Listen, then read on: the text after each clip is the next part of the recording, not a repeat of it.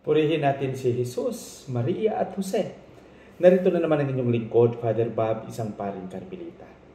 Tuloy-tuloy lang na tayo sa ating mga pagninilay at nasa 15 na araw na tayo sa buwan ng Enero 2025. Napakagandang balikan natin araw-araw ang mga karanasan natin at suriin natin kung may mga nagawa ba tayong kabutihan o nagsikap ba tayo na maging mabunga ang lahat ng ating mga pagninilay. Amen?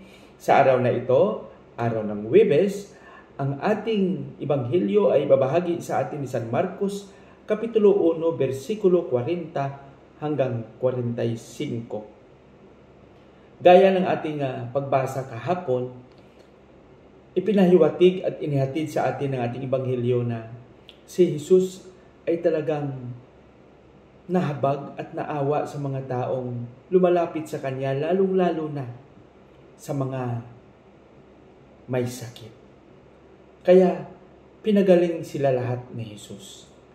At sa ating Ebanghelyo ngayon, narito na naman ang isang kitungin na talagang nagmakaawa na pagalingin siya ni Jesus. Binigo ba siya ni Jesus? Hindi. Pinagaling siya.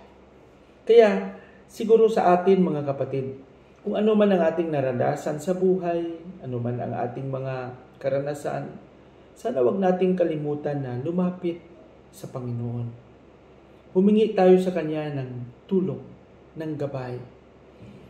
At sana siya yung ating maging lakas at sandigan.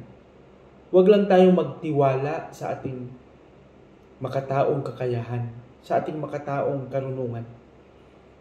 Bagkus, ibigay natin ang ating lubos na pagtitiwala sa Kanya. Gaya ng ginawa ng kitunging ito sa Ebanghelyo natin sa araw na ito. Talagang lumapit siya at nagmakaawa sa Panginoon, sa kay Jesus na pagalingin siya.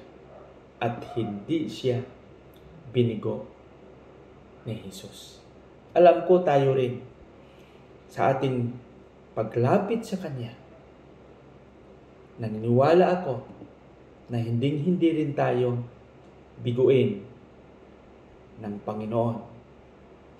Ano man kabigat ang ating naramdaman, saan man tayo, ano man ang ginagawa natin, huwag nating kalimutan palagi na lumapit at tumawag sa Panginoon upang tulungan tayo sa ating mga pinapasang mga pagsubok sa buhay. Pagpalain nawa tayo ng Panginoon sa ating panalangin. Panginoong Hesus, maraming salamat sa iyong patuloy na paggabay. Maraming salamat sa iyong walang kupas na pagbigay ng tulong sa amin, lalong-lalo na sa mga panahon na kami nakaranas ng matinding paghihirap, naguguluhan at hindi alam ang gagawin. Sa likod ng aming kahinaan, hindi mo kami binigo. Amen.